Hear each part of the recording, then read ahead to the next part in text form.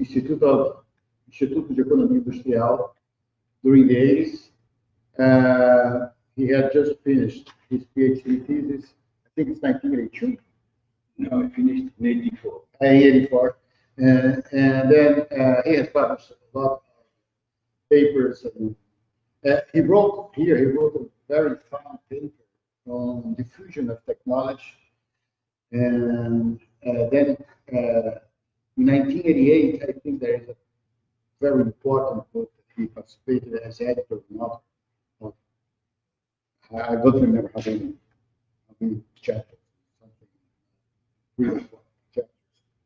1, 2, 3, 3. 4. 4. 4 chapters, and this, I think that economic theory, technical change in economic theory, is a path-breaking book.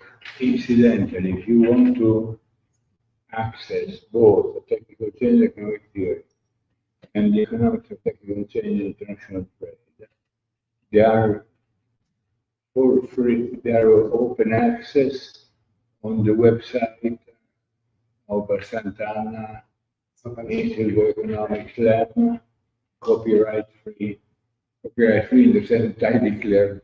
Right? And so he's really an old friend of ours, and he's here to present us his new book, and I hope that you like to learn it. Thank you very much. Giovanni. Thank you. Thank you for the invitation. I mean, it's almost moving to be here, to be back here after such a long time. I was young, beautiful, and dynamic at the time. And I spent 6 wonderful months here in Rio. Anyway, stop so that. What I'm doing. Do you want me to? I can't see the. No, but if you want, I can.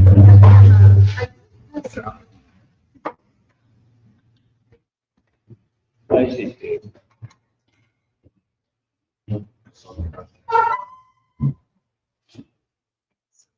Okay. Oh, okay.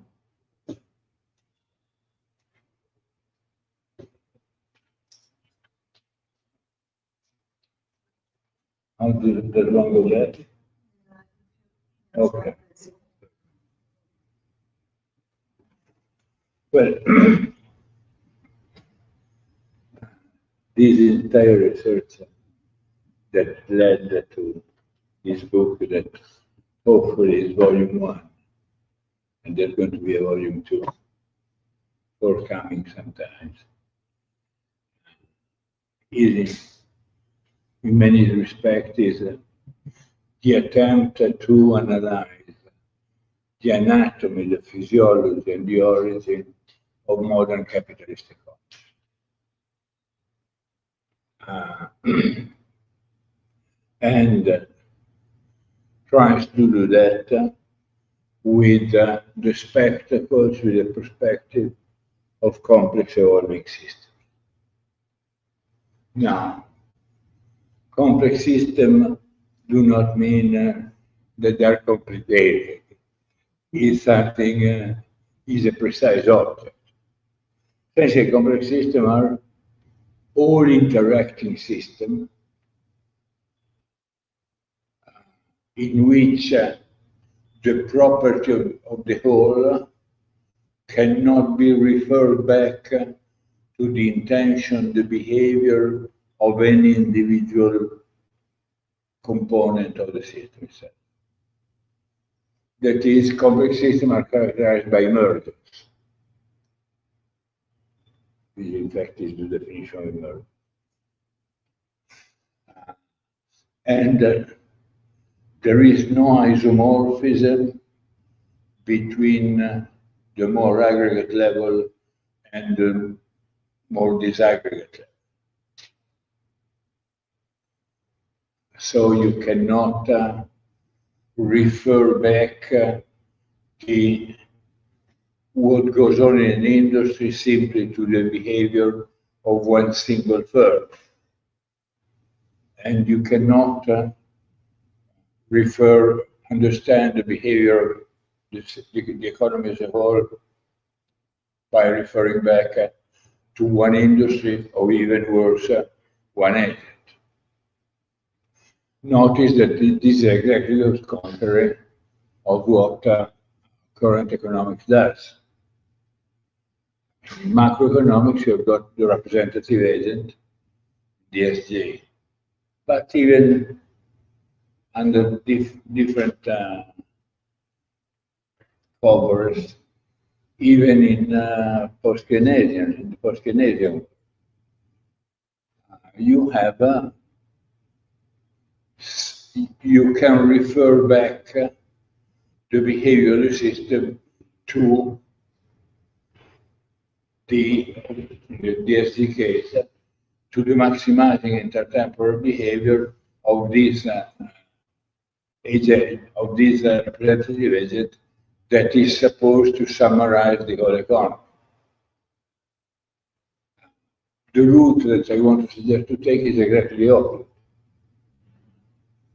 No isomorphism between macroscopic phenomena and the behavior of individual entities.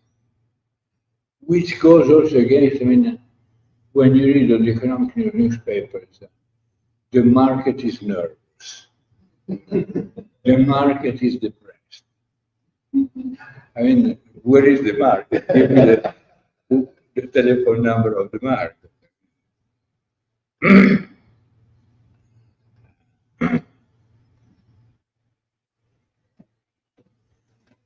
Complexity is intimately related with nonlinearity.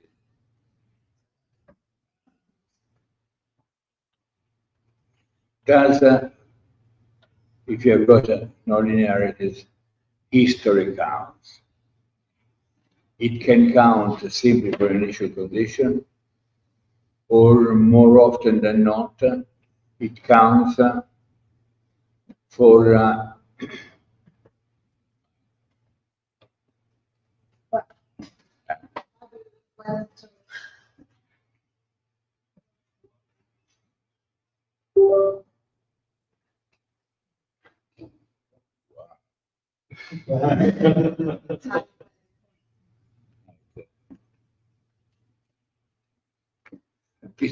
saying history counts at the very least on the dependence of initial condition. That, for example, in the case of chaotic system, is sensitive dependence on initial condition. More often than not, is path dependency. That is, where you get depends on the old path. And if something happened along the path, the end, so to speak, where you are at a certain T, will change. And there are ways also of capturing it forward. We'll get back to that in a while. In fact, nonlinearities in economics are associated with increasing returns. Because if you have got increasing returns, you have got non-convexity in a zero equilibrium, and therefore you lose the properties of uniqueness of equilibrium, even the existing. I suggest to know that if you're interested to read a beautiful article by Canal himself, 1996, Industrial Corporate Change.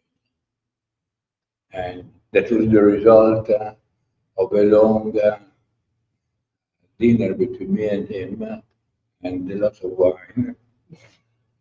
And we discussed about that. And I said, hey, you've got to write it. You've got absolutely right.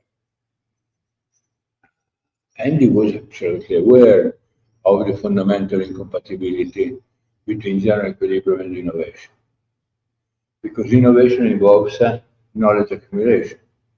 And knowledge accumulation means is an extreme form of increasing return.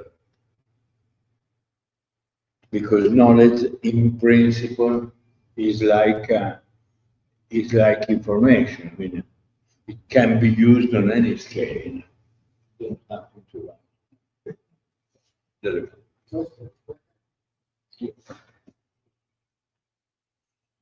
So, I mean, to use a bad word that I hate, if we had a production function only based on information, the production function would be made like this. Without a full unit of information, it produces zero. With 1 unit of information, you can produce at any scale. But with this, of course, you lose the concavity of the production function, so the convexity of the production is really set. And this is the first fundamental incompatibility between innovation and general equilibrium.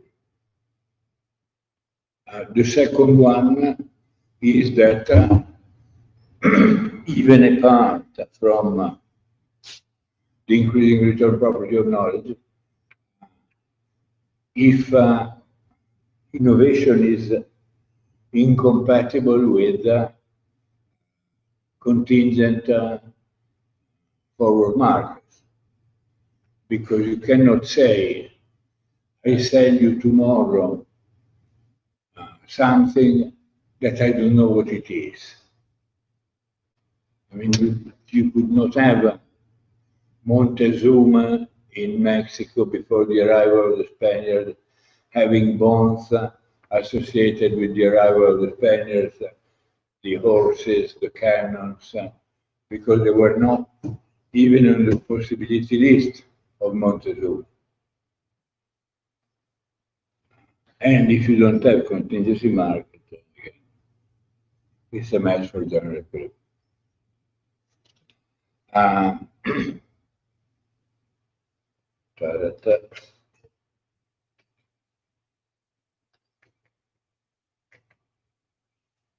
Evolution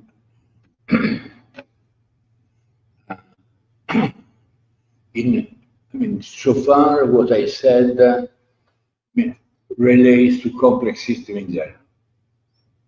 Complex system might not be evolution. I mean, if you go home tonight and you cook a spaghetti, it's a very nonlinear activity. I mean, with 3-phase, 4-phase transition from the cold water to the disordered movement of the bubbles, to the convection ordered bubbles, to the boiling water. Still, you don't say, I go home and I evolve my spaghetti, because everything is already there from the start.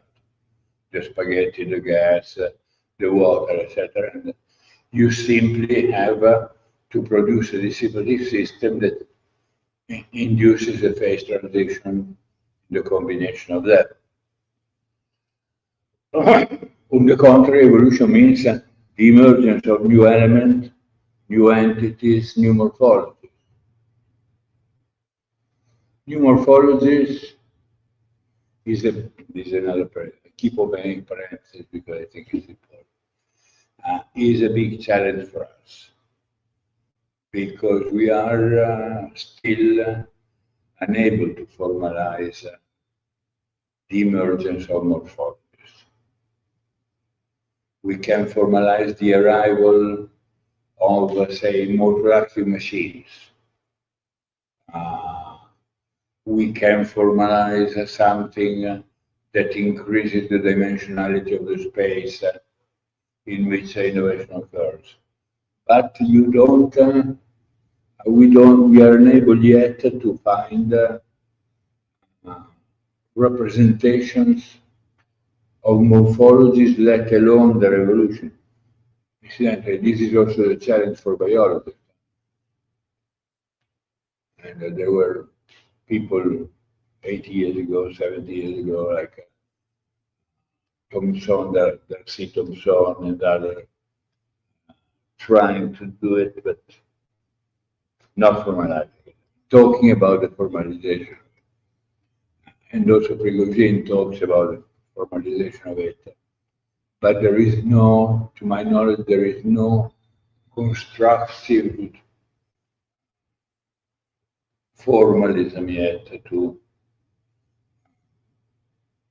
handle that.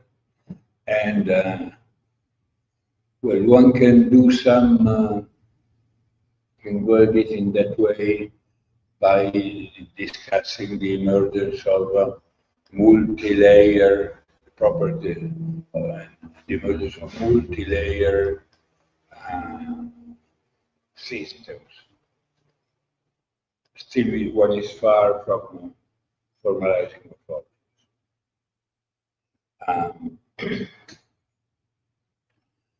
Evolution is a multi-scale phenomenon. In biology, you've got the evolution of taxa that are nested, coupled with the evolution of ecology, species, phenotype, genes. And this level evolves according to roots that are coupled with the other level, but have some degree of independence. Other parentheses. I mean, in biology, there are the neo-Darwinians. The neo-Darwinians are the equivalent of the neoclassical magazines, because they've got,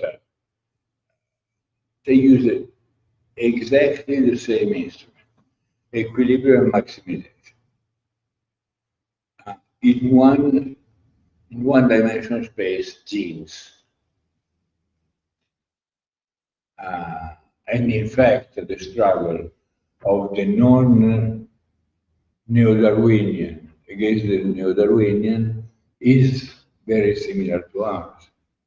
The non-neo-Darwinian Steve Gold, Levontin Eldridge, are the early stages. If you've got ciao.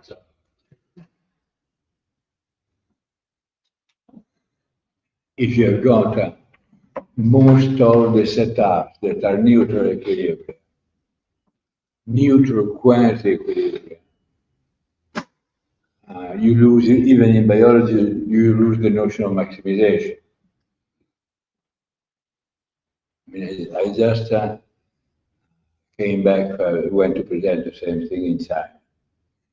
In China, of course, the symbol of China are pandas. Now, pandas are bears that actually physiologically are carnivores that don't like meat. So their rate of transformation of what we eat in energy is around 20–22%. Panda is 2%, because simply they got tastes that are fundamentally incompatible with their physiology.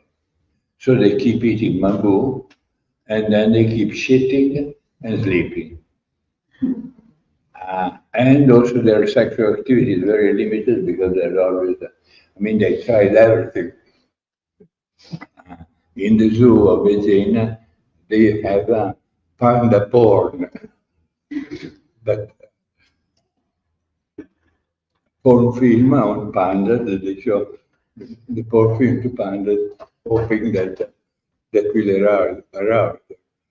But in fact, the best way is when some panda go crazy and they eat some little animal in the woods, and then by eating meat, they get more vigorous and more alive, but only when they go crazy. Now, would you say that this is optimizing? This is not optimizing at all. Simply, as Steve Gold was saying, everything that vaguely goes survives. And the same in economics, by the way. We're saying multi-scale. Multi-scale in the socio-economic domain is even more pronounced. Why not? Shall we turn it off? Yeah.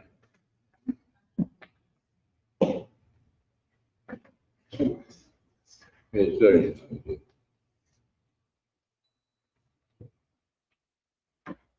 Yeah. In the socio-economic domain, you've got technology, organization, firms, industries that evolve on rules of their own, even if they're dynamically co-evolution. But if you've got multi-scale dynamics, more is different. I mean, again, I go back to what I was saying at the beginning. You cannot map the lower level, the behavior of the lower level directly into a higher level. I mean, biology is not applied chemistry. Psychology is not applied biology. Sociology is not applied psychology. I suggest you read the 5 pages of beautiful paper of Phil Anderson, Scientific American, I think 72, with precisely the title, More is Different, with many examples from physics. But if you know some math, it's understandable. And even if you don't know much math, you get the basic intuition.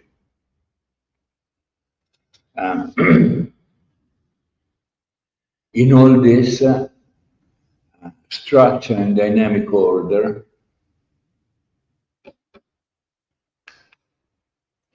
are disequilibrium phenomena.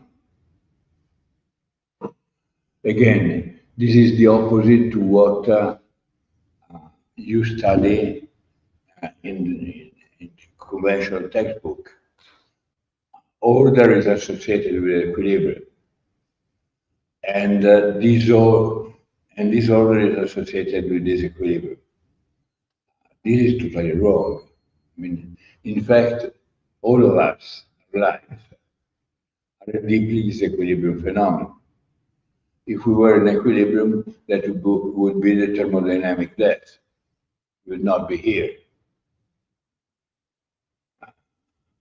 Everything that is interesting is, in fact, self-organization far from equilibrium. Another parenthesis, then I get to economics. If this is the case, if you've got a system that evolves, you've got phase transition, more is different, then you're more interested in non-average behavior than average behavior. Because are the non-average behavior that under some circumstances produce a symmetry break. That will become autocatalytic and they get the system somewhere else. Again, think of the difference between what I'm saying and the current practice in econometrics. You look at average behavior, in fact, you kick out non-average behavior saying these are outliers, possibly they are mistakes, they are in the collection of data. In fact, to be a bit extreme, one should look only at non-average behavior, because these are those that leave the system under certain circumstances. Well, enough on the general methodological things. What specifically about economics? What do we want to expect? Now, we want, in my view, we want to answer three major questions. What are the drivers and pattern of change of the capitalist machine of production and innovation? What are the mechanisms of imperfect coordination among a multitude of self-seeking agents characterized by conflicting interests, different distribution of power, different distribution of knowledge, views, vision of the world? And as a consequence of the answer to the first two questions, you want to answer to the third one. Why do some countries succeed in industrializing while others remain dramatically poor? Now, it is crucial also the way you answer to this question, the order. If you think of the Adam Smith Wealth of Nations, the first chapter is about the pin factory. The pin factory, you know the story.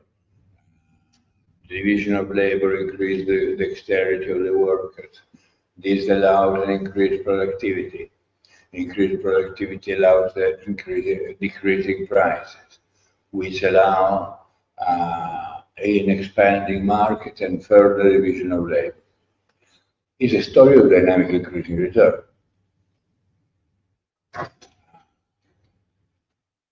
Smith uses the famous expression, the invisible hand, in the entire Wealth of Nations, only once in book 4.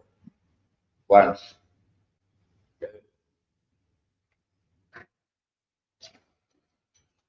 And rightly so, he essentially, I mean, not using this word, but it says that, look, the relatively orderly coordination property comes from the fact that the system is changing,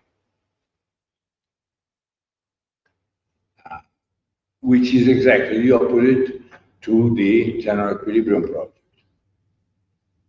Again, Canal was very, very clear that, I mean, he was hoping to answer to question number 2,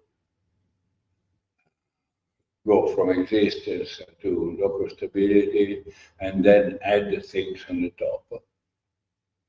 And he realized that he could not do it. General equilibrium is a beautiful construction, but it's too fragile. Cannot hold any answer to question 1.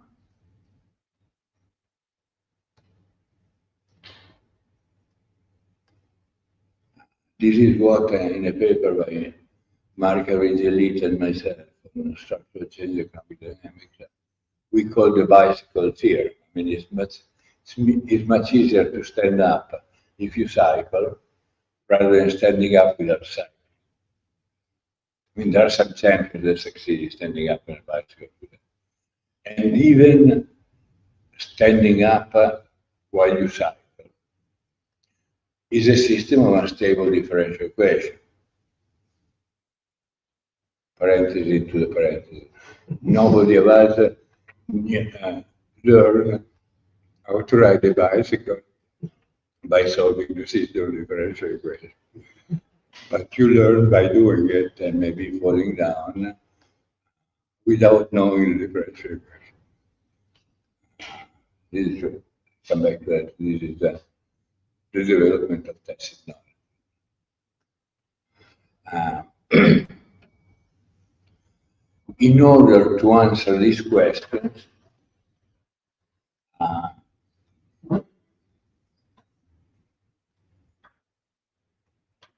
you want to address the explanation of some stylized facts. It's interesting also the story of this that the origin was that me and Aro again, it was a meeting in Sant, a high-level meeting when you had 3 or 4 or 5 Nobel Prizes, economics and especially physics, including Aro, including philanthropy. And the economists started discussing. The physicist after half a day said, sorry, we don't understand anything of what you're saying. What are you trying to explain? And most of the economists there found the question quite bizarre. What does physicists mean?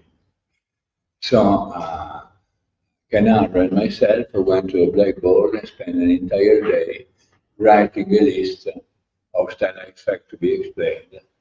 That more or less is the origin of this list.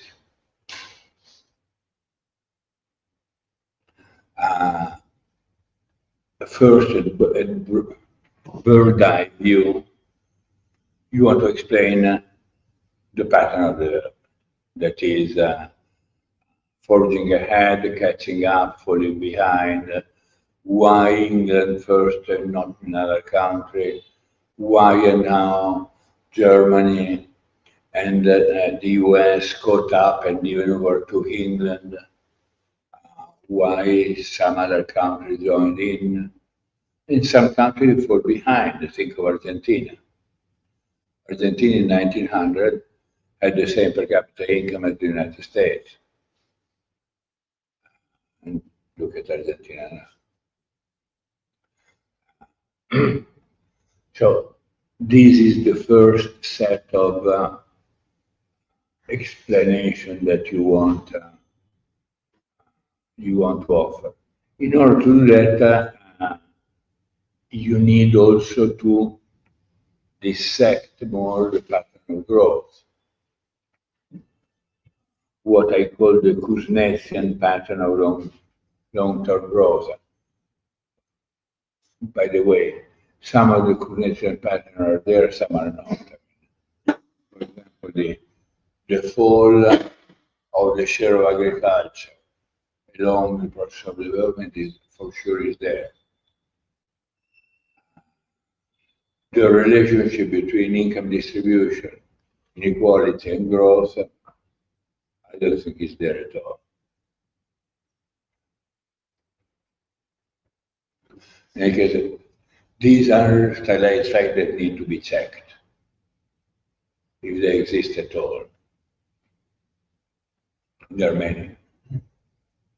One of the facts that is, in my view, is not a fact. Macroeconomic level, for example, are Phillips curves or Beveridge curves. Have you ever seen one? And even in the original paper by Phillips, if you can see a curve, a stable curve, I mean, as Bob Solo said, you can see anything but to the Virgin Mary. The appearance of a mirror, the same Beveridge curves.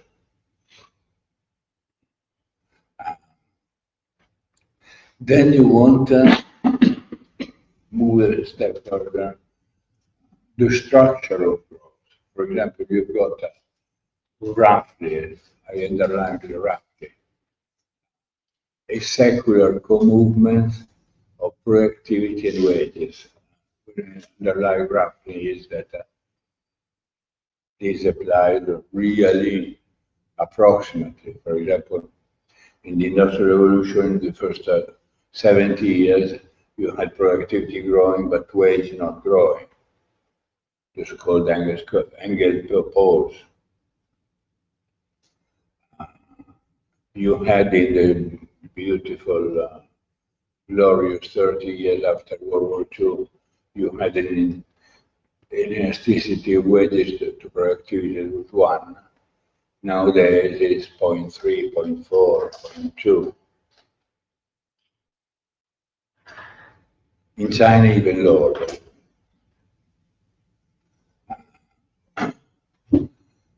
you don't have any trend in capital output ratio, which is like saying that you have increasing labor productivity, but at the same time increasing productivity in the production of capital and the efficiency of capital. I come back to that. That means that no production function exists. And by default, you see it even in Solo. The fact that in the Solo model, the residual is 80% of the variance. So technical progress enter by default also in the Solo model.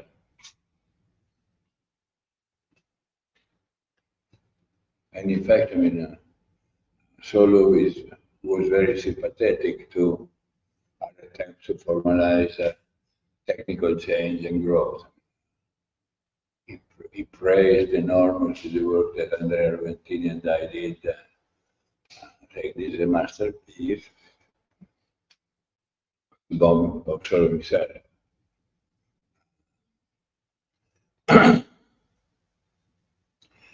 Then there are macro patterns. That is the statistical feature of growth. Trends, fluctuation, crisis, the frequent occurrence of involuntary employment in developed countries, and the persistence of involuntary employment in developing countries. And you want to offer an explanation of these stylized facts together. It's much easy, it's very easy to explain, so to speak, one phenomenon at a time in ways that is conflicting with all the other stylized facts. For example, as we shall see, if you have some representative agent, you cannot explain, you cannot account for the asymmetric distribution of firms, of their productivity, of their profitability. Even if you can, I mean, if you fiddle around with models, you can explain one phenomenon at a time. I mean, when I want to teach classical French, so to speak, I say, well, look, what would you think of this theory, this physical theory? Apples can go anywhere, I mean, up, down, left, right. They maximize their utility.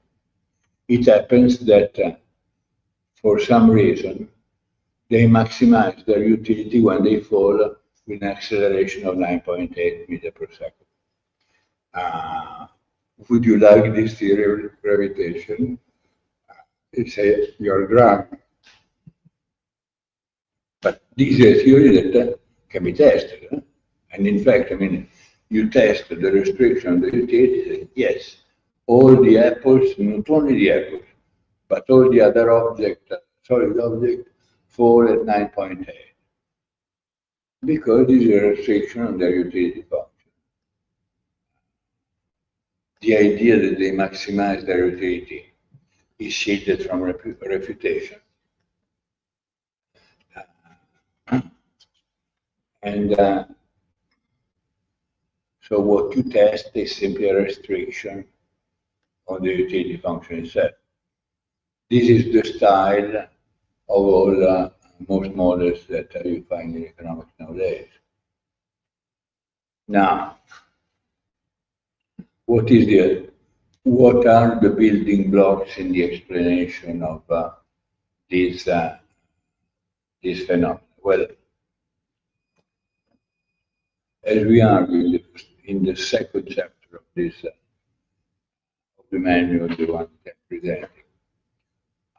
I say we because chapter 2 is based on a fantastic paper by Chris Freeman that was re-elaborated by myself and HORÁRIO.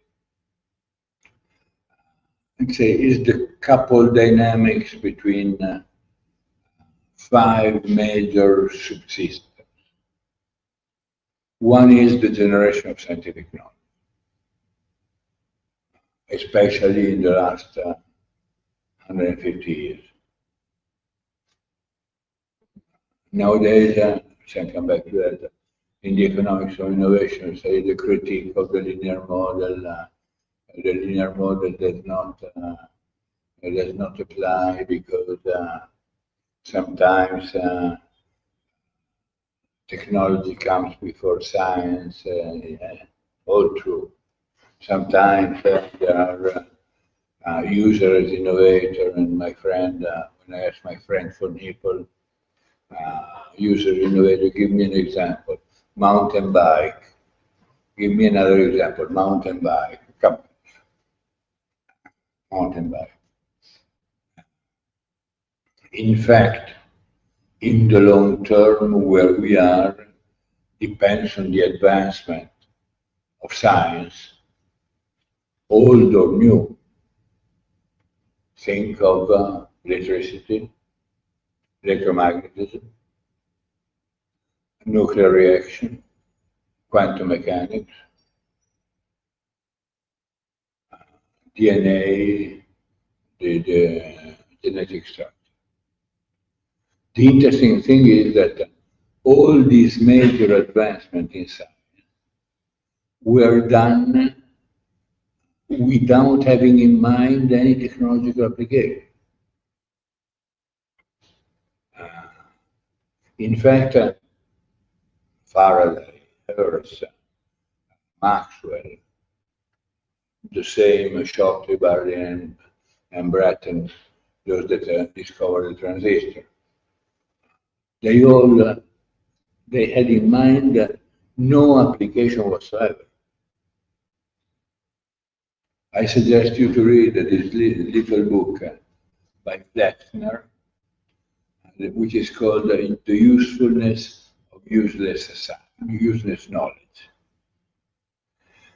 Flexner was the first director of Princeton, and he describes what is for us academic the pure notion of paradise. I mean, an environment in which there are no faculty meetings, there is no Senate, and there are no undergraduates, and even the PhD is an option of yours. This is, but I like PhD, but I like to have them as an option. This is the pure description of paradise. I want very intelligent people that come and think, do whatever they want. Imagine how beautiful they should be. The second is, the second subdomain is the development of new artifacts and the technical production, that is the domain of technology. The third is the economic machine, that is the object of economic stricture sense. Production, distribution, investment, consumption. The fourth is the political and legal structure. And the fifth are the cultural domain, shaping values, norms, and again, let me flag to you the radical difference between what I've just said and the so-called new political economy, in which you've got a meta-production function, in which you've got a culture, in which you've got but then you want to find the ultimate causes, and therefore you go all the way back to genes.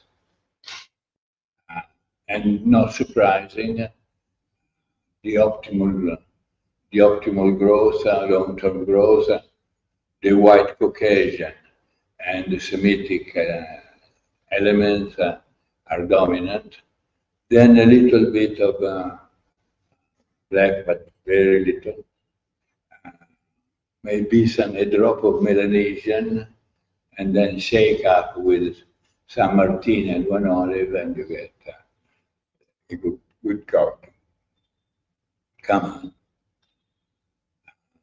And this is what I said is also contrary to the story that you read in Semoglu Robinson.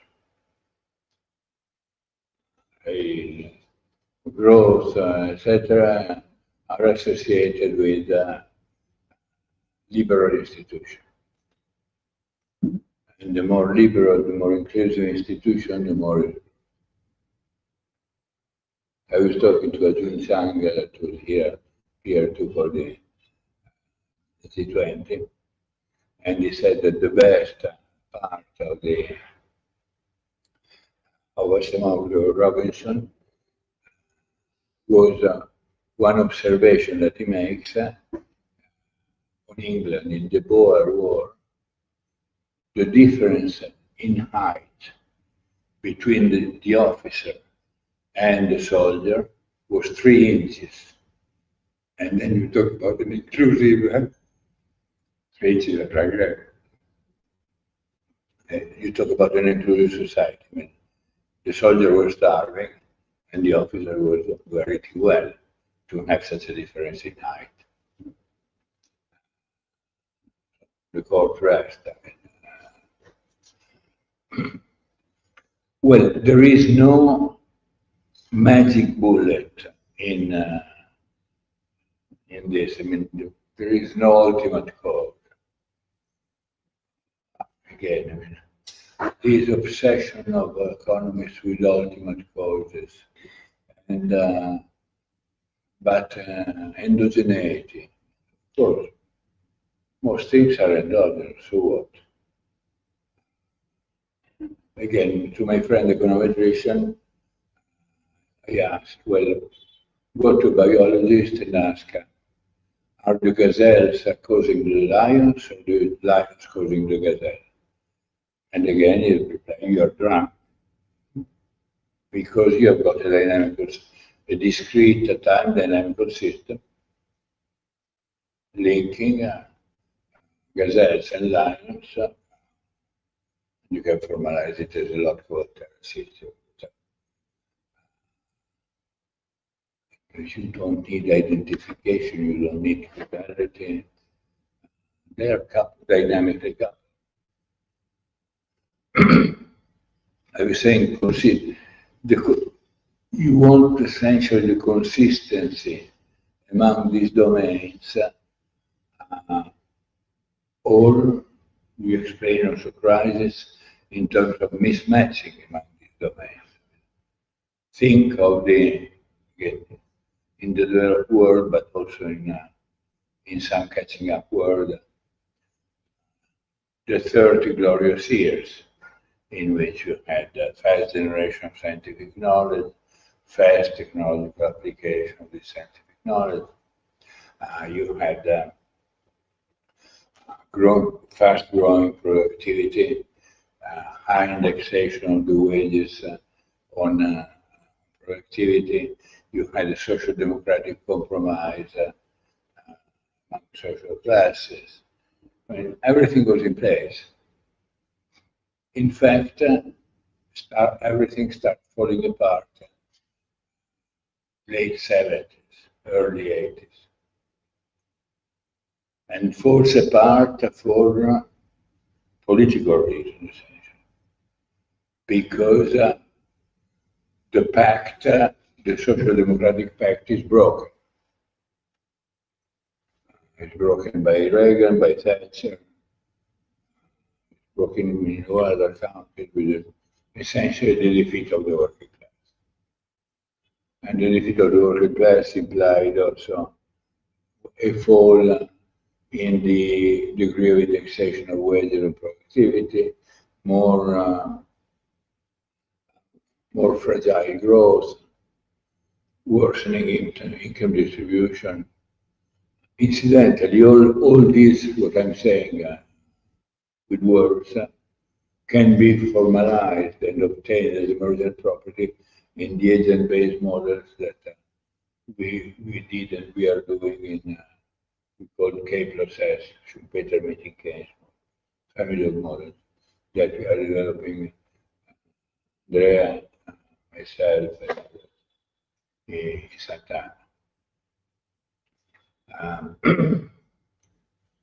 And this proposition that I tell you that I tell you qualitatively can be shown to be powerful emergent properties. Now, consistency conditions, but I think that there are some necessary conditions. One of them is technology technical change, because it's essentially the fuel that drives growth. Without technical change, you cannot. It's very difficult to measure growth. Now, then the next question is, what is technology?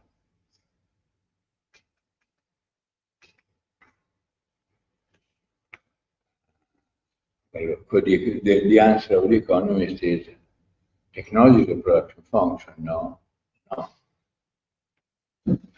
With my students, I say it provocatively. I say, well, go to your grandmother and ask her, how do I make a cake? And suppose that your grandmother answers vector, sugar, flour, egg, butter, pan equal cake. You will not be able to make the cake, right? Or suppose that your grandmother also went to school and tells you, no, but you can combine them in a degree 1 homogeneous production function. At that point, you call the ambulance and say, grandmother went crazy. But still, in economics, you think that there can be a production function of the cake in which, according to relative prices, you could have a cake with 99% butter and some labor. You obviously cannot have the cake, simply something disgusting. If you, on the contrary, if you have 99% eggs, you make an omelette, but it's not a cake. That is, technologies involve constraints on the input proportion and the sequence by which you use the inputs that are totally independent from relative prices. In fact, in the first approximation, you can understand technology as a set of elements of knowledge, problem-solving knowledge, procedures that can in part be written down in recipes. Take the butter, distribute the butter in the pan, then put flour, break the egg, etc., etc.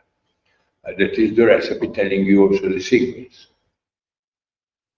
As we shall see, the recipe does not tell you all the knowledge involved. Again, to provoke, when I present these things to an Anglo-Saxon audience, I say, look, there are Italian, French, and Chinese cookbooks translated into English.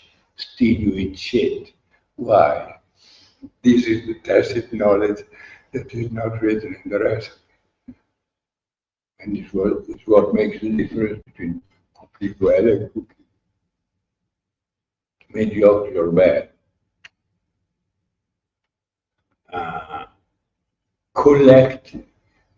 the procedure, making a cake, a role in the practice of your grandmother. You can look at your grandmother or follow the instruction of your grandmother.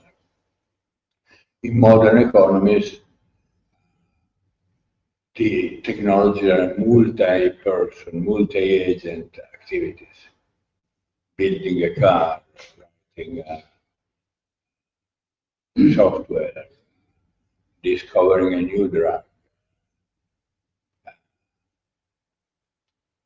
That involves, we shall see when we talk about organization, that involves a series of organizational routines. The routines are the local instantiation of the problem-solving knowledge. That is how to make the car, how to discover a new drug, etc. At the end, sometimes you have an artifact.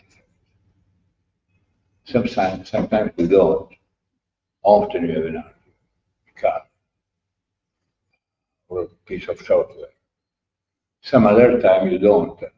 Surgery is a technology, but surgery does not have an output except you with a piece less of your body that is being cut out.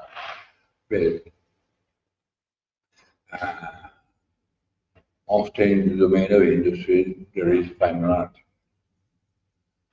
Now, the next question is then, is there a structure in this knowledge? Can one characterize different bodies of knowledge? And the answer is yes. You have a technological paradigm. Technological paradigms are bodies of selected problem-solving knowledge addressing a particular problem. Say the transformation of heat into movement that you can do with the steam engine, or you can do it with the internal combustion engine. Based on different knowledge bases, of course. You can have computing. You can have computing based on thermoionic valves, the original computers. Or you can have it based on transistor and then microprocessor. The final objective is the same, but the knowledge bases are very different. As Thomas Kuhn was saying for scientific paradigm, a paradigm is a promise that gets fulfilled in the normal scientific practices. The same as technological paradigm. A paradigm is a promise that is progressively realized in the refinement of the object that this paradigm is about, in the dimension that characterize this paradigm. These are technological trajectories. And you have technological trajectories wherever you observe them. Wherever you observe the dynamic of technical change over time, from semiconductor and microprocessor to cars, airplanes, tractors, and in the book you find a lot of examples.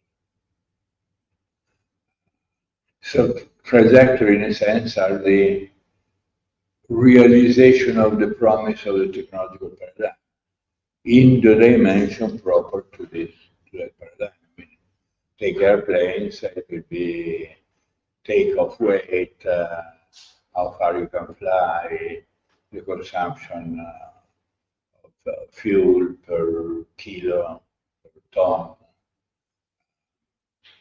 wing load.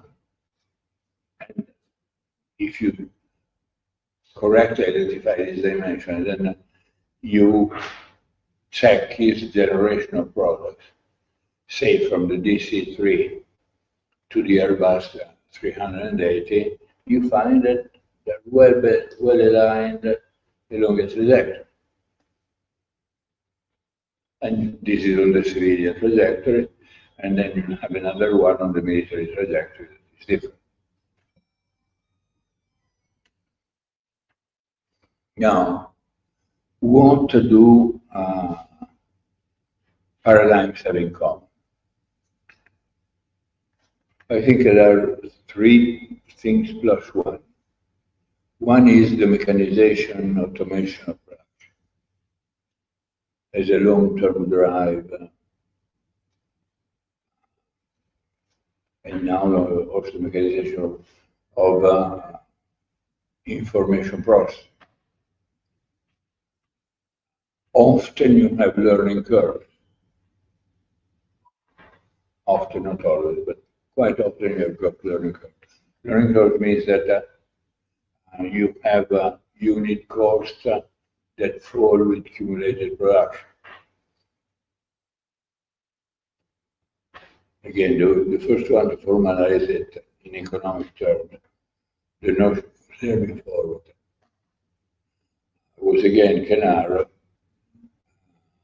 the ground of how many languages in you. In any case, there was this evidence in Sweden, written in Swedish, on a steel mill called Örndal. And the observation was that holding constant the plant, labor productivity increased by 2% a year. Holding constant the plant, so you did not have additional capital. And so he wrote the economics of learning by doing in 1962. And evidence was there before and there was collected after, but he was the one that, again, if you've got learning by doing, you cannot generate value.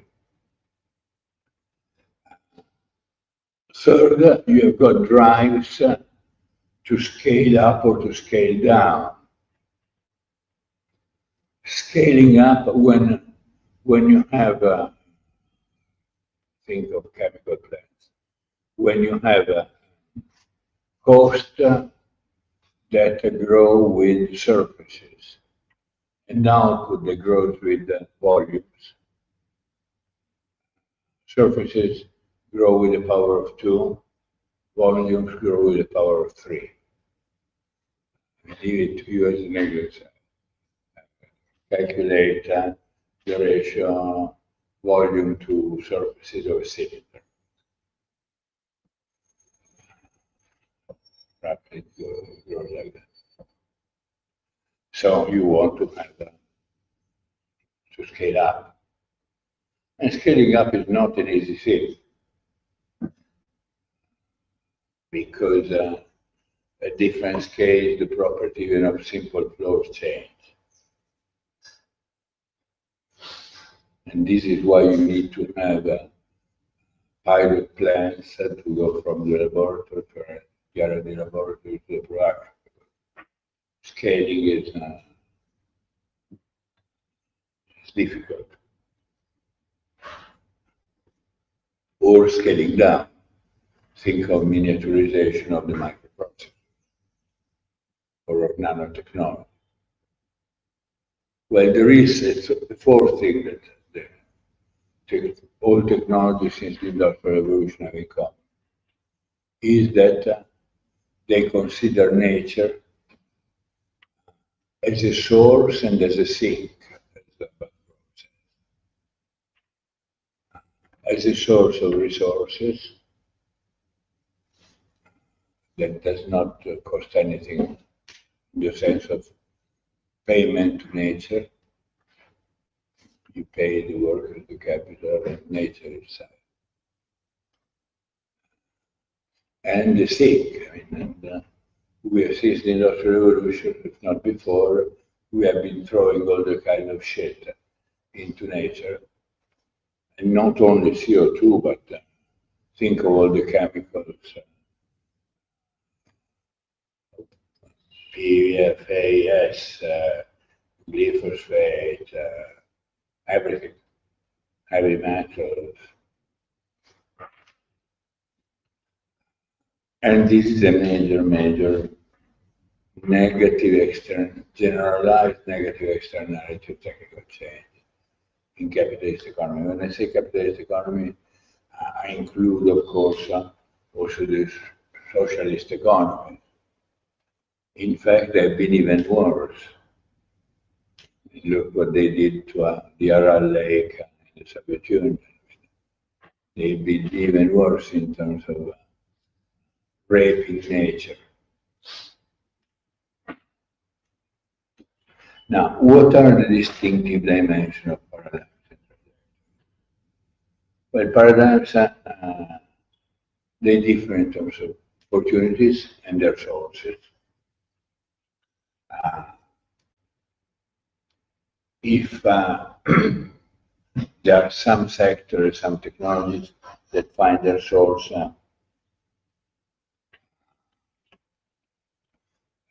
in pure science, take pure and applied science, from biotech to computing. Others that the advancement are achieved by learning by doing, increasing the dexterity in the sense of Adam Smith. Yet others, the advancement are embodied in the capital goods and the intermediate goods that are both from other sectors. Think of textile, clothing. So the sources are different, and also the mode of access are different. I mean, only an idiot from the European Union could think that the objective is 2% of R&D. What? I mean, you will never do 2% of R&D in textile because they don't do R&D. And if you only do R&D, 2% of R&D in pharmaceuticals, you are an idiot because you need to do 30%. The idea, again, is the aggregate production function that if you plug in more R&D, then I was saying already that technology differs in terms of tacitness. There are activities that are very, very tacit. I mean, I'm told that to become a good violin maker in Cremona, you take 7 years. It's semi-tacit knowledge of building violins. At the opposite extreme, say, textile. In fact, textile is typically the window through which underdeveloped countries enter industrialization, because it's the easiest. You buy, and the least tacit, I mean, you buy the machinery from, say, a German or Italian firm, and they also teach you how to use it, and you take few weeks to train the workforce.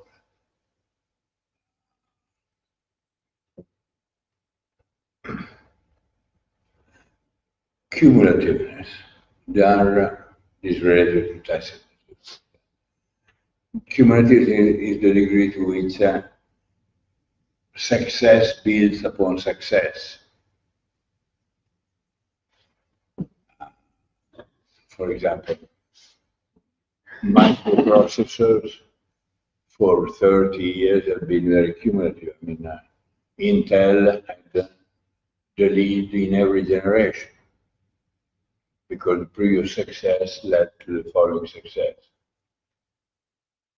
In other activities, it's much less so. For example, when you buy, again, in textile, but also in steel making, when you buy from outside your inputs, your capital goods, etc., cumulativeness is not very pronounced, while on the contrary, it's very cumulative to make the machines. Think of the German leadership, and partly the Italian one that we do our best to lose. The German one survived 2 defeats in the World War, the confiscation of all the patents.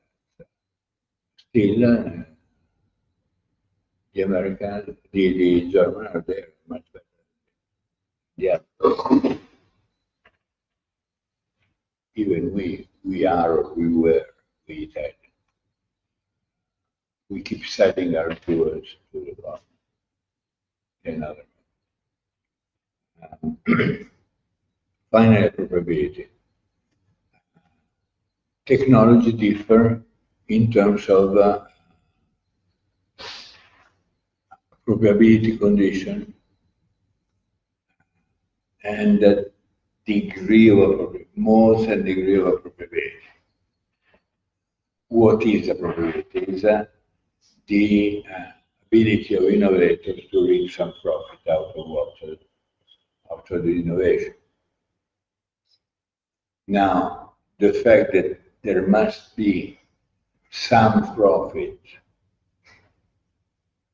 in capitalist economies is inevitable, because otherwise capital would not do expensive research.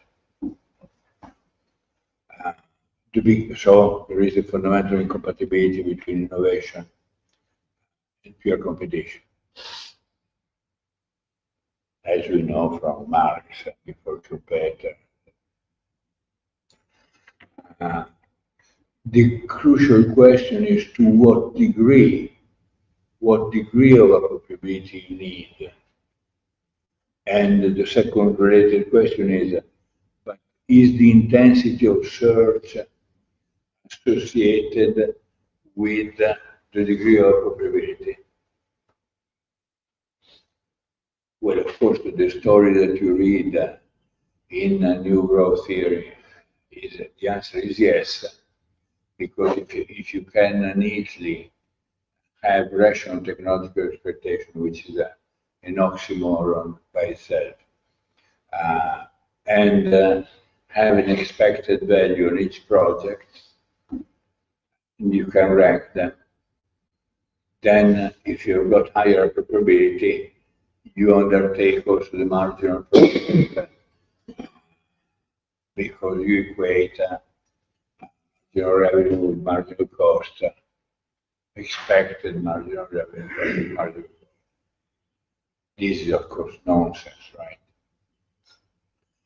You cannot try to have an evolutionary world, as we shall see, rational expectation in general. Imagine rational technological expectation, which is again a super oxymoron, in the sense that if you were able to define what you are searching for and the probability of finding it, then you'd have already found it. In fact, most of the time, the issue is, am I able to find it or not? I mean, the most precious secret that the Soviet wanted to know about the Manhattan Project was not how to make the bomb. They knew how to make it. But is it possible to contain the explosion? To contain and then provoke the explosion? That was what they were most interested in. Now, in capitalist economies, sorry, to finish about probability. Nowadays, there is an enormous emphasis on IPR, saying if you increase intellectual property right, you increase the rate of innovation. This is wrong. Tight IPR are not only a scourge for emerging economies, but are an obstacle also in advanced economies. We have studied pharmaceuticals and also formalized in some models the pharmaceutical industry. The pharmaceutical industry, you have a sort of quasi-natural experiment because you have very relatively loose property right, at least in the United States, until 1980, the Bayh-Dole Act. And then with the Bayh-Dole Act, you allowed the patenting also on research financed with federal government. And therefore also the selling of this the outcome of research to the private industry. In other countries, you did not have property rights at all on pharmaceuticals.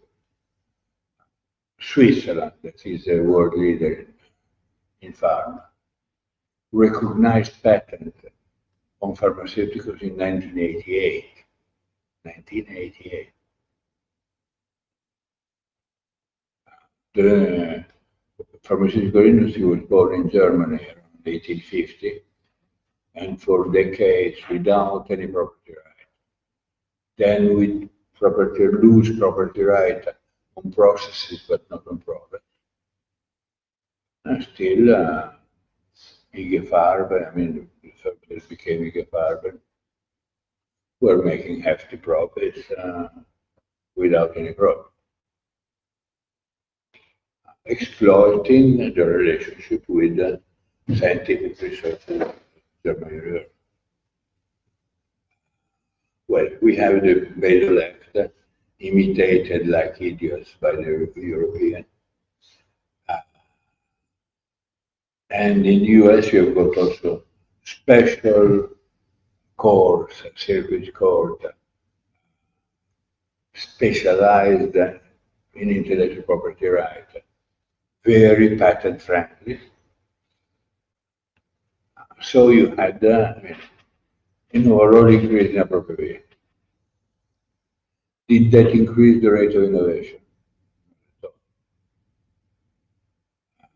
Well, it increased the rate of patenting, but not the rate of innovation. And the idea that patents are equal innovation is misleading. You can use for some purposes, you can use patents as a proxy for innovation, especially when you compare countries within the single sector. This is what we do, for example, in the book on international trade that we mentioned before. But they are a very noisy proxy. And especially when you talk about firms. And this is something that also our colleagues in Sant don't understand at all. Because patents are measurable, and therefore you can run econometrics on them, and that's your patent as a proxy. In fact, I mean, take the example of pharmaceuticals. Pharmaceuticals, how many new molecular entities per year approved by the Food and Drug Administration? I guess.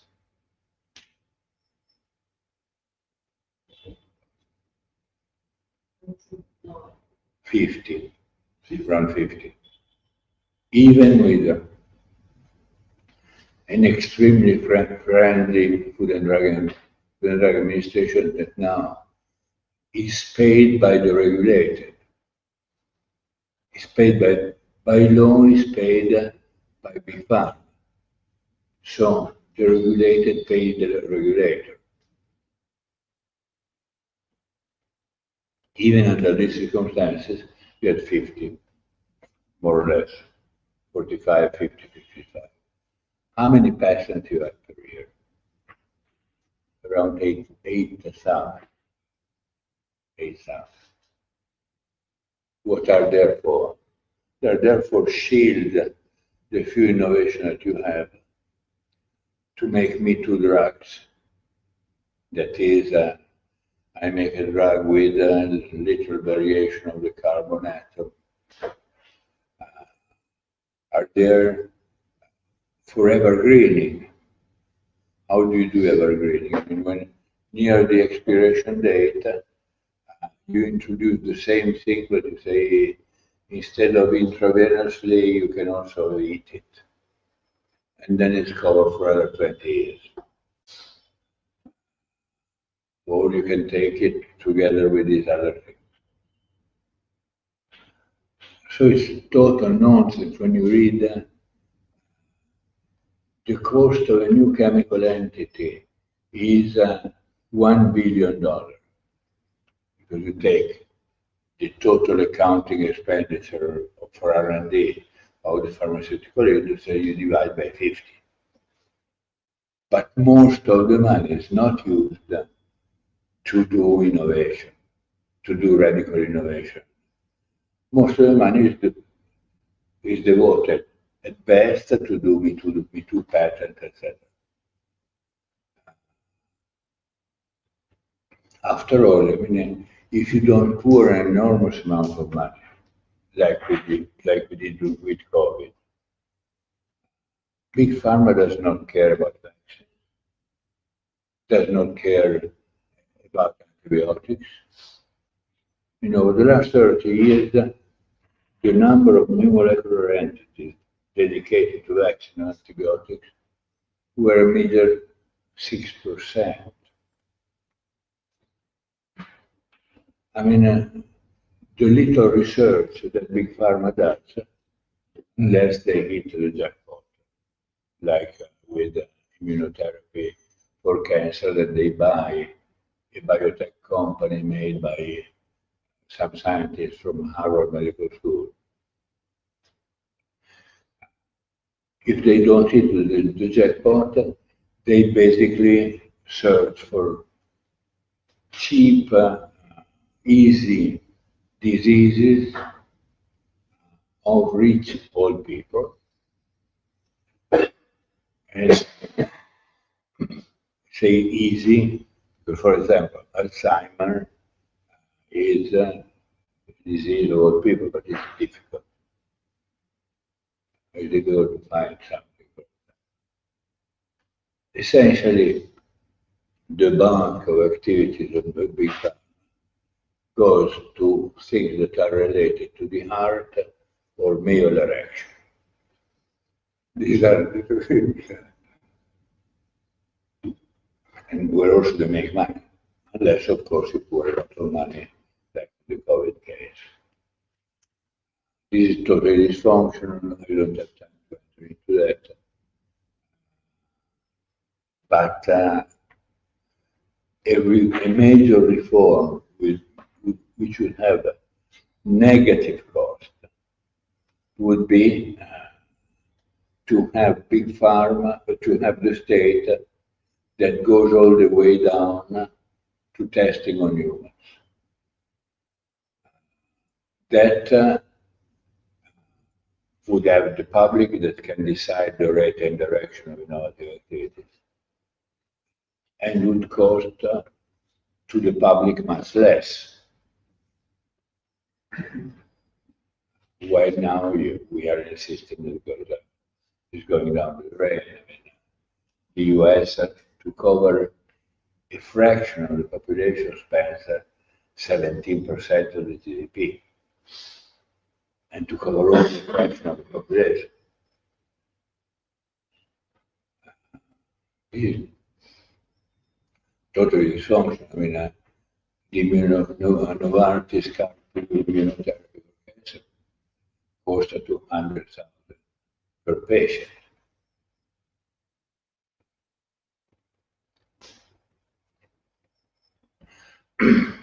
The system cannot go on unless it's part of a total social differentiation, in which you say there is a minority of the population that has access to all that, and fuck the rest, which is imaginable.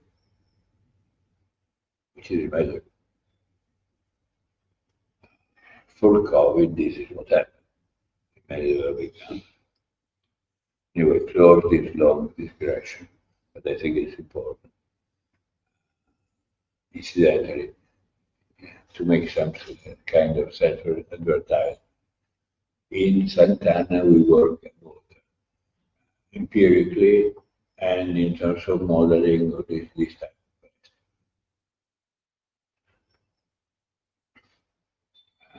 Close parenthesis, the parenthesis.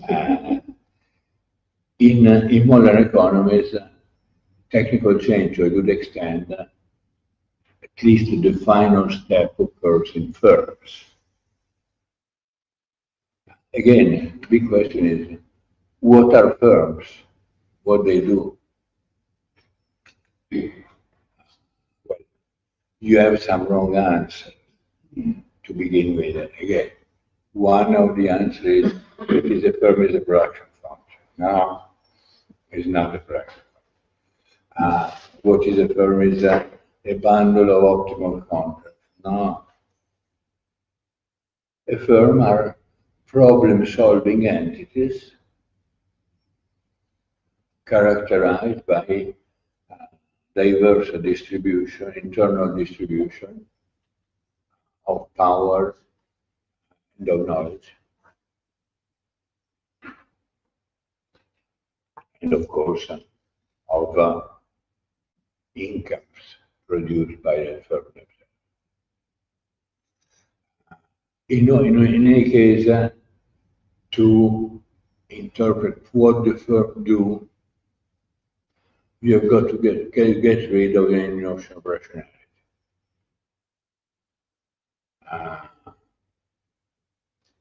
You have to get rid of it on individuals and even more so on organization. For the simple reason that in an evolutionary world, not even you can define what is the maximizing behavior. Not even you as an analyst, because you cannot list the entire set of possible events, and even less so, you can attribute probability to them. We have, Andrea, myself, and others, including Joe Stiglitz, we have a model, an agent-based model of the kind, Schumpeter meeting Keynes, and our model typically are with agents that are characterized by very simple rules for their behavior and to form their expectation. Well, what is the simplest rule of the simple rule? Is tomorrow is like today. You cannot have a rule simpler than that. It's a zero parameter statistic. But if you run a model in the ground of this rule, yes, there are some people that make money, some people that make money, but on how the system works, but of course, there are neoclassical so-called friends that say people cannot be so stupid. They must be a bit more sophisticated in the formation of their expectations. So, say, okay, we have part of the population of the agent-based model that are stupid agents, and part are econometricians, following Sargent, and they're able to run OLS on their own past history and the past history of the system. What happens to the more intelligent agents? They make less money, they die more often, and if there are too many of them, they screw up the entire system. Why is that? Because in a world that changes, you can never bathe twice in the same river, so to speak, as Rafael was saying. I mean, think of you deciding what to wear tomorrow, and you decide, and you do, on the ground of running a regression of the past year. In real, might not be too misleading, but say if you are in London, that's a problem. And the climate is relatively ordered, relatively ordered cyclicity. The best behavioral rule is observe yesterday and to decide today, more or less. I mean, if you don't have any further information.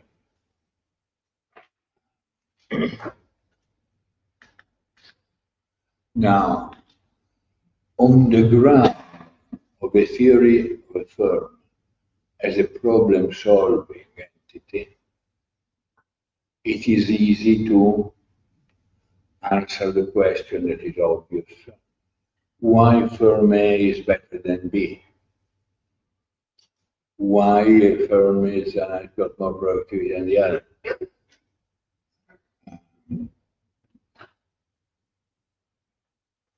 And the fact that the firms are different, everyone knows that apart from economy. I mean, if you go down in the street and you ask, are the firms identical or are they different? And you choose randomly people, they say, of course they're different. Only economists tell you that they are identical. This problem-solving based, knowledge-based theory of the firm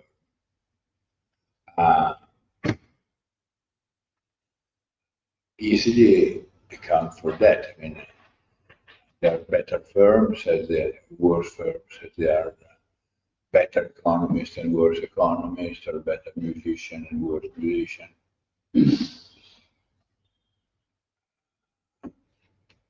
Better football players than others, etc.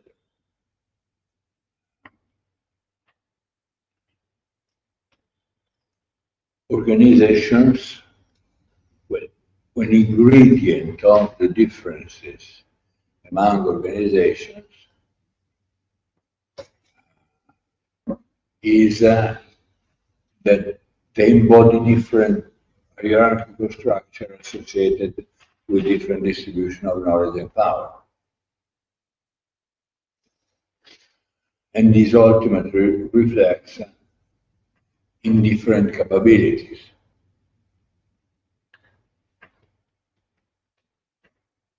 The expression of that is in the organizational routines, in the organizational heuristics, and in their strategies, which make up their capability. Let me define the terms, because people, for example, Acemoglu uses routine-biased technical change meaning implicitly that routines are easy things. That you can routinize in the real. In fact, routines are very information intensive, even if they are repetitive. They are so information intensive that they did not succeed yet in making a robot clean a toilet. A toilet is a routine behavior, right? Cleaning a toilet. Still, it's very information intensive. You need to know where the toilet is located, where it's dirty. On the contrary, heuristics are simple rule, fast, and frugal. For example, markup pricing. Take the unit variable cost multiplied by 1 plus m. And this is more or less the price. These are information frugal. How much time do I have? Sorry? To the taxi, you have 25 more. The taxi.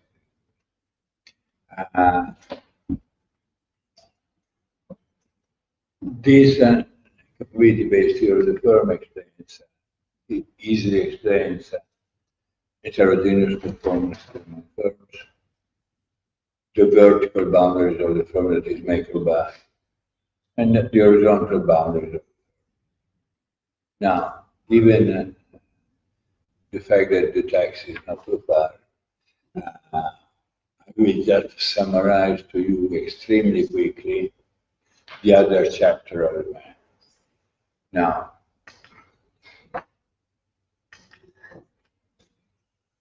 this theory of technology and technical change involves a theory of production that essentially is based on the permanent existence of heterogeneous firms.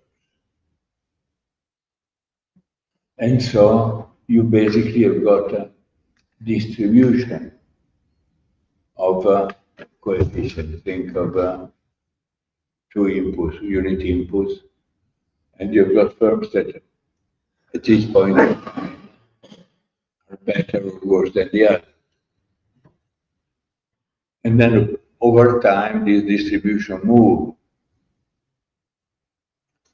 The continuous line defines the set of a time t, and then this continuous line, the next line, is the set at time t plus 1. Why you have this movement? Well, one, because firms learn, either through innovation or imitation. Some firms die, some firms are born.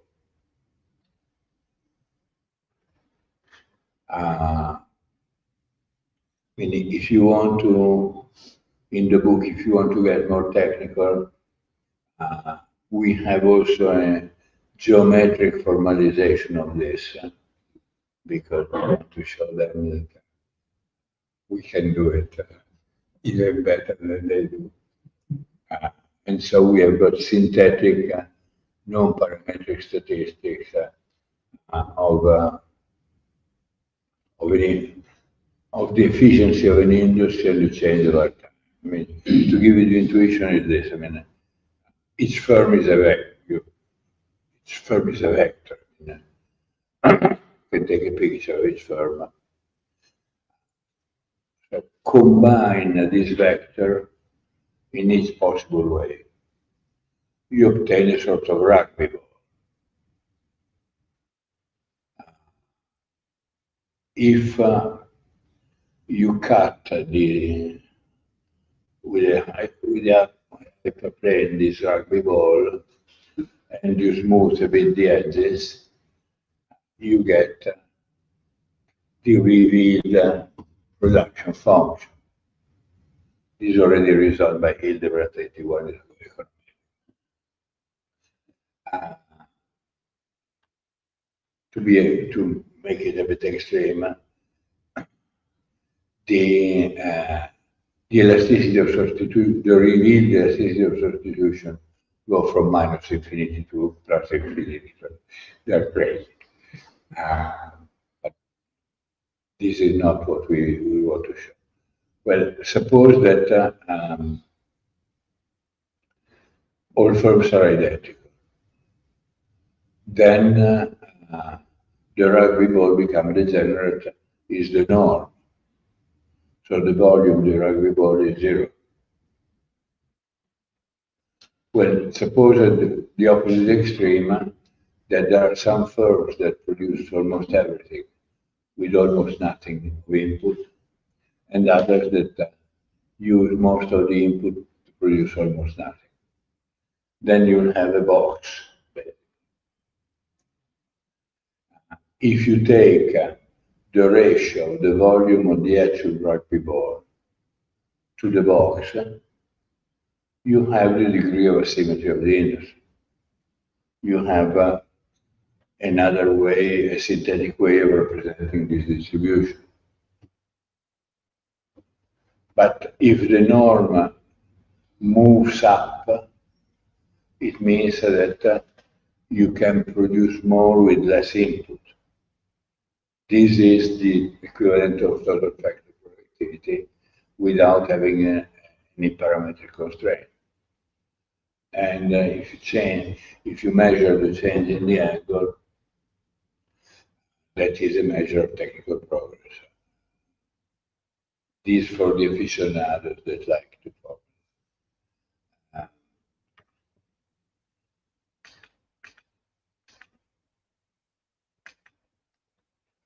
Well, to make a long story short,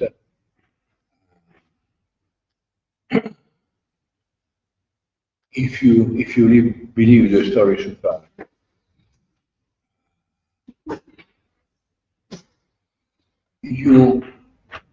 the beauty of the partial function is that it links technical condition, input demand, and income distribution. If you believe the story that I've told you, you delink the three.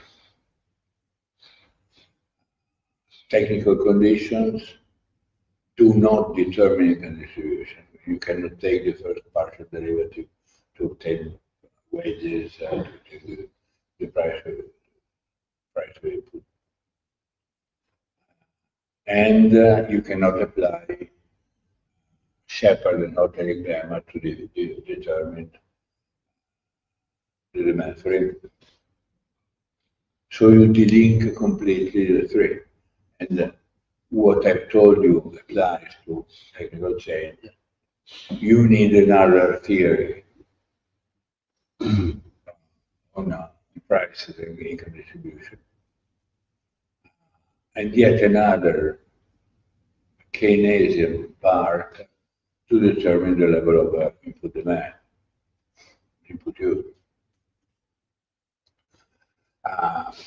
The book goes on. It's 770 pages. We study consumption. I study consumption pattern, not because I care so much about consumption, but since all the books, micro books have got consumption, we need to have consumption. Not surprising, I suggest an evolutionary theory of consumption pattern that are which decisions are hierarchically ordered, shaped by budget constraints.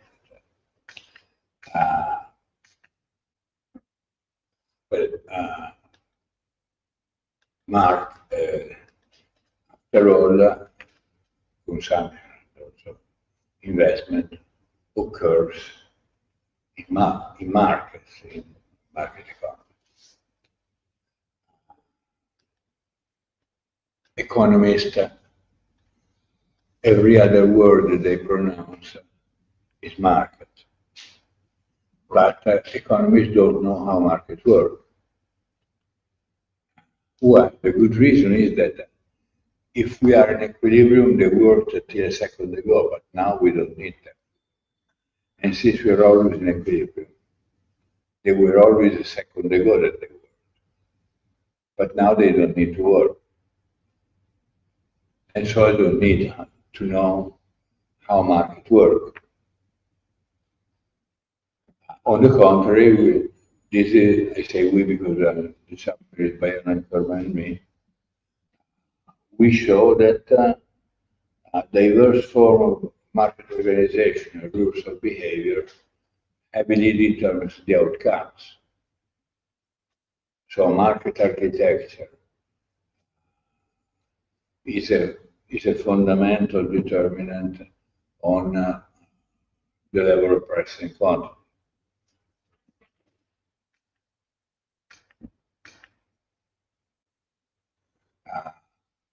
Then we ask, but what determines price? And again, partly the identity of the actor, partly the architecture of the market. Fundamentally, the condition of production of the object itself. I mean, that goes from non-reproducible goods, a Picasso painting, a house to live alone in the Galapagos Islands. These are non-reproducible. There are others that are reproducible under roughly constant returns, but on a time scale that is lower than the rate of purchase. Fish that are occurring.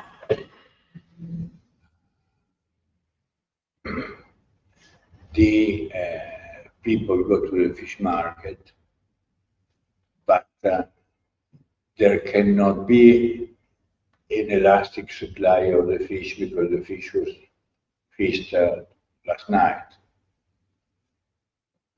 Then there are goods that are reproducible under condition of non-decreasing returns on a time scale that is faster than the rate of purchases. Car, TVs, etc. Finally, there are the material goods that are infinitely reproducible and on which I think there is a big challenge even to define what is the object. I mean, what does Google produce? In fact, elaborate the information that we give them for free to sell it in an auction to the advertiser.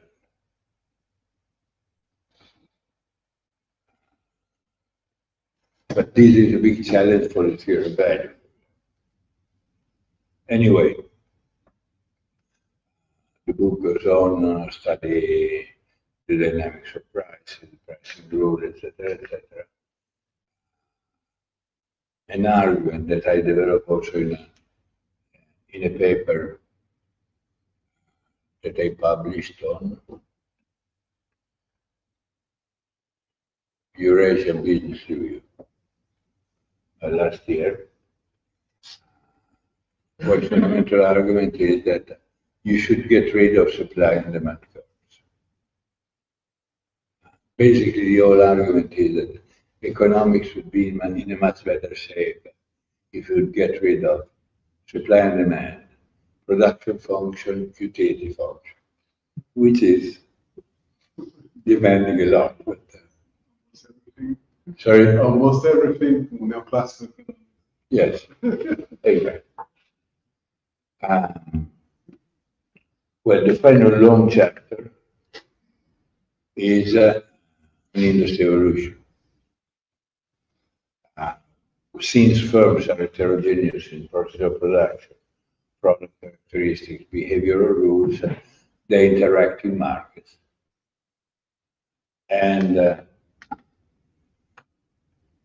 the industrial dynamics is basically driven by the way firms learn or don't, and by their pattern of interaction, selection, competitive selection. And this long chapter shows how a simple agent-based model based on this principle can reproduce a very long series of stylized facts, micro and meso at industry level, nearly power law distribution of firm size, wide and different distribution of heterogeneous productivity, equally wide and persistent distribution of profitabilities, almost lack of correlation between growth and size. I say almost because this is a blasphemy for econometricians, because statistically, on a very big number, it comes out that typically the coefficient is 0.98. That is significant. Big numbers significantly different from 1. To which my answer is, I don't care. Well, asymptotically, yes, but we don't live asymptotically, so I don't care. It is 0.98. And by the way, the R square is 0.1.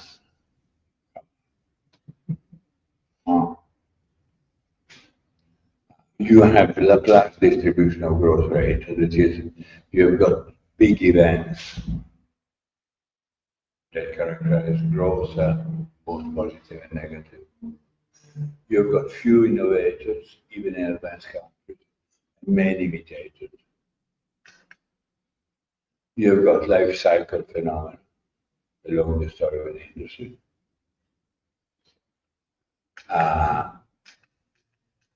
And we interpret it on the grounds of an evolutionary agent-based model that, of course, I don't have time to present here, but I invite you to read the manual.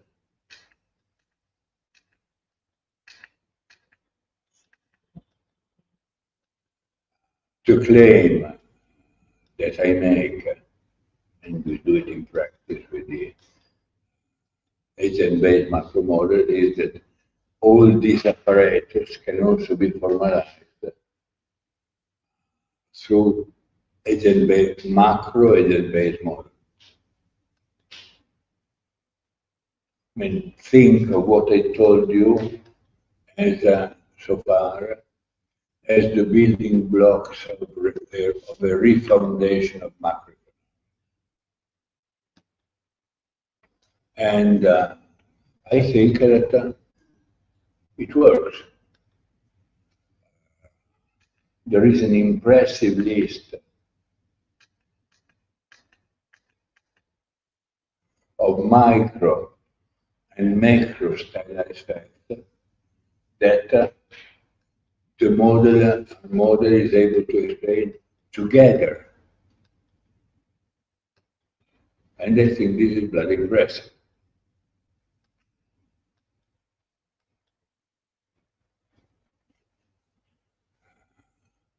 The work is far from finished, both at the level of all levels, at the level of the representation of the firms, the understanding of what firms are, the level of industry dynamics, and the level of macroeconomics. We need to do more.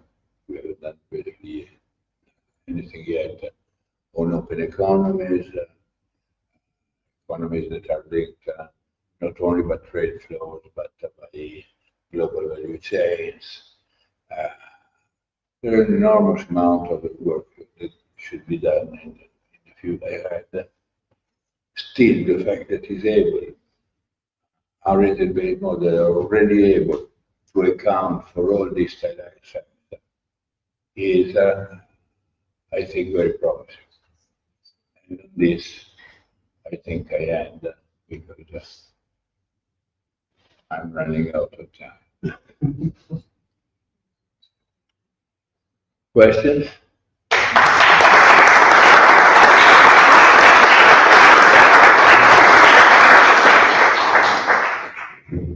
First of all, I'd like to thank Giovanni for this very nice lecture. Giovanni, it's 5:25. But you can wait 10 minutes, a minute.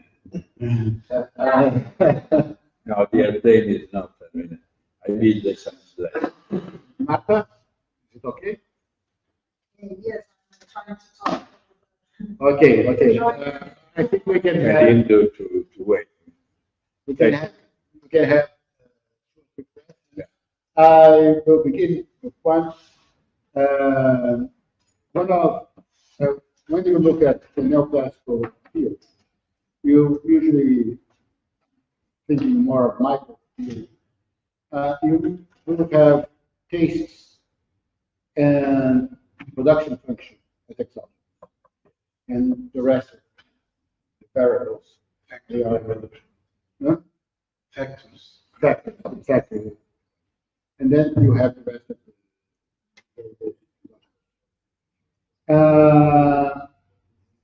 you endogenize both of those.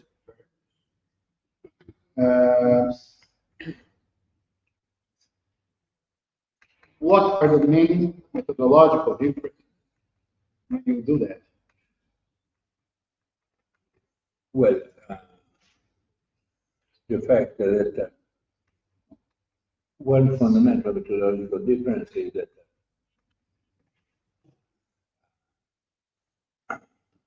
the way you represent the interaction. There is no interaction basically in you have simply some notion of equilibrium that is the correspondence of the intersection between demand and supply.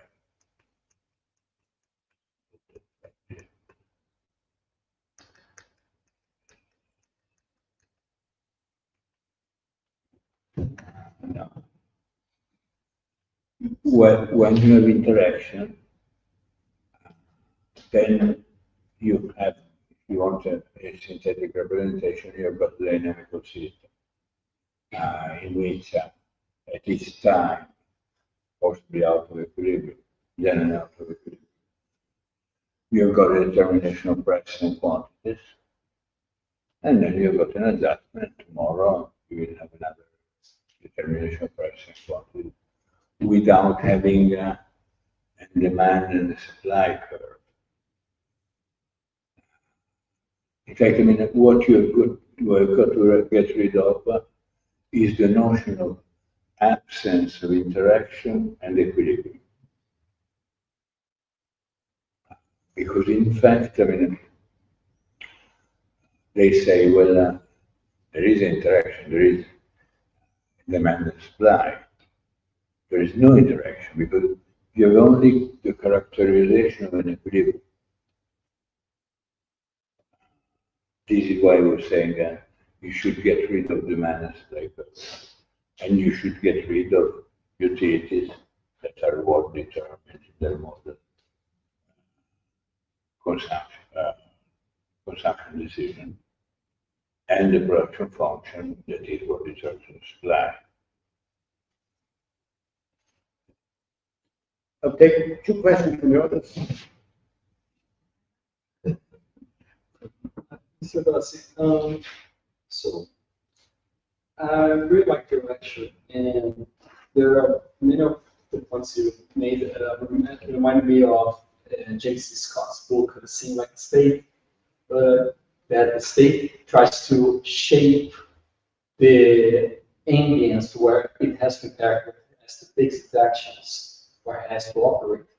And it seems that economists try to do the same, try to shape the economic environment so it becomes more legible, more interactive for themselves, given their limitations and models and such.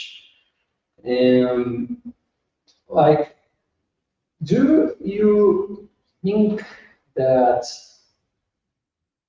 neoclassical economics actually would be able to incorporate some of the elements of your in such a way that it can adapt? Or, I want to sound harsh, but does neoclassical economics has to die so that something else might come from its ashes, so to speak? Well, I think we should kill. That's not dialogue. Remembering that there is a lot of observational equivalence, especially if you have ad hoc models, as in classical economics, a model for each phenomenon, which is a very degenerate epistemology. But you have in many cases observational equivalence, like you have in 99% of the cases between Ptolemaios and Copernicus. There are only a few cases in which they are basically have to do with phenomena that are far from the Earth. Then the two are not equivalent. The fact is that one is right and the other is wrong.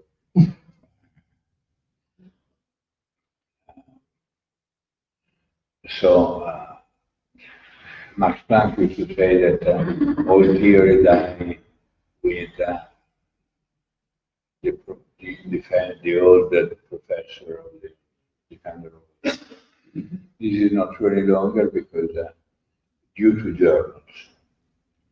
In fact, the young ones are more fascist, more Taliban than the old ones. I mean, I have a very good relation with many of the old gurus, even if we disagree. I mean, not only with some, but also with Aaron, who were very good friends. Urca, Bob Solo, not with Milton Friedman, because he was. It's impossible. Now, with the young people, you don't even talk because they start talking about their own technicalities, otherwise they don't understand. It's almost dogmatic. So They're dogmatic, they're absolutely dogmatic. And I don't think that they even listen, because they don't ask important questions.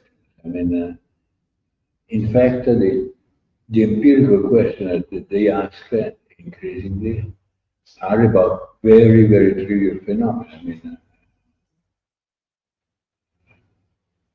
there is a quasi-access student of mine, now he's a professor in it, that a couple of years ago came along with a very sophisticated model, you will not believe it, showing econometry, but with a very sophisticated econometry, that in Nigeria, where you had Boko Haram, children would go less to school, and girls would not go to school at all.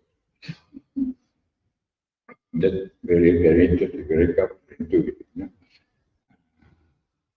And this is the typical style of empirical analysis. Ask irrelevant questions and arrive with an obvious answer or outrageous answer. Andrea and I made a list at some point of the most outrageous, the sample of the most outrageous. And it ranges from the rationalization of torture as an equilibrium behavior, both sides. The torture and the torture. Anything goes. So, my inclination is let's ignore them. Let's develop the alternative paradigm. The models speak for your models or the models of you and your patriots speak for itself and achieve its own purpose in the field. Well, provided that you can teach it, provided that there are places that read this book. About that, just because part one, what's the one? Part two is about growth at grade level. So it will take some time. Okay, so Any more questions? Yes, please. Looking at the dynamical system that you were showing, how can this system answer the question that comes from Adam Smith to us today, that the market at least can prevent some situations like excess demand, systematic excess demand in the market level, or systematic excess supply? What type of mechanism that in your dynamical system can prevent this kind of? In fact, I think this is an approximate representation of an emergent property, but I think you should start from an agent-based representation and ask under what circumstances the interaction relatively ordered, and under what circumstances, on the contrary, they also can lead to collapse or exploding demand, and you can do it on the ground of an agent-based model. This is, say, The reduced form. the reduced form of in normal quote-unquote circumstances. There are some clues about the kind of interaction that prevents this kind of behavior. Well, I mean, you see in the agent-based that sometimes there are the kind of interaction that prevents the explosion. Some other times you don't. For example, at macro level, if you don't have a good balance between the rate of innovation and the rate of demand generation, say the Keynesian and the Schumpeterian engines, the system collapses. I guess particular circumstances is also the interaction protocol or the institution where I guess you can easily at the macro and the level sometimes The kind of organization. not only the macro, but also the Yeah. Can I just make a point? Why do I think you believe reputation? Not in terms of conversion, but at least not exploding. Most of the time, yes. In fact, most of the time you have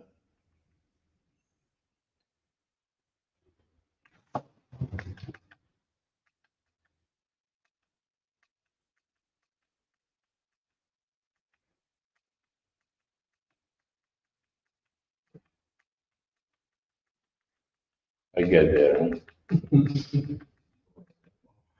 Well, Yes. most of the time prices move with the cost of production. Yeah. So Yeah. that was the classical question. Yes. Yes, most of the time they do, even if not always. I believe. Well, thank you very much, Giovanni. Yes.